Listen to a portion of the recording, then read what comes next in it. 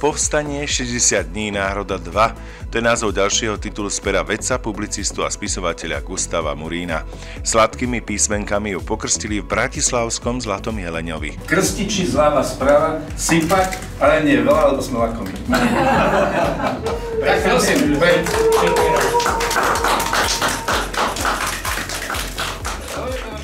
Už druhý diel trilógie o povstaní privítali fotograf Pavol Hárum.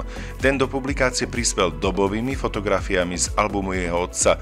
Povstania sa zúčastnil ako vojak. Vďaka našim stretnutiam, ktoré tu máme raz za mesiac, alebo ako nám to vyjde, tak som si uvedomil, že vlastne nejaký materiál v archíve mám a že na chalupe je ešte u rodičovskom dome. Tak som ho zobral a už dlhšie som na ňu chystal, že ho odskenujem a nejakým spôsobom ináč ešte poistím, aby bol zachránený.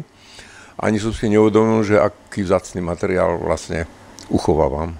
Prítomný bol aj Tibor Čičila, šéfredaktor vydavateľstva Magnet Press, kde knihu vydali v exkluzívnej úprave. Bola to ideálna téma pre naše vydavateľstvo, ktoré vydáva knihy s týmto zameraním, či už o histórii, o vojenskej histórii, a v podstate tento rok sme vydali druhý diel Povstania a tešíme sa už na tretí diel, ktorý vyjde budúci rok.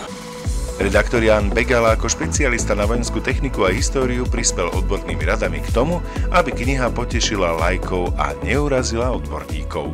Ja sám z toho mám nejaký prínos, pretože o tej histórii sme sa už naučili veľa, vieme o nej veľa, ale niektoré veci sú ako keby, povedal by som, že pozabudnuté.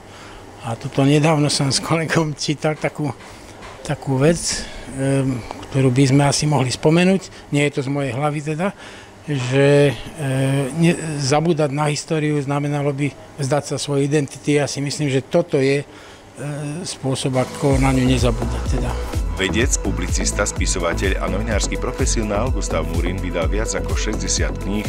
Jeho kniha Mafia na Slovensku získala cenu za najpredávanejšiu knihu roku 2009. Je členom PEN klubu, venuje sa scenaristike a najnovšie mapuje aj blogerskú scénu na Slovensku. Z Bratislavy William Šuška.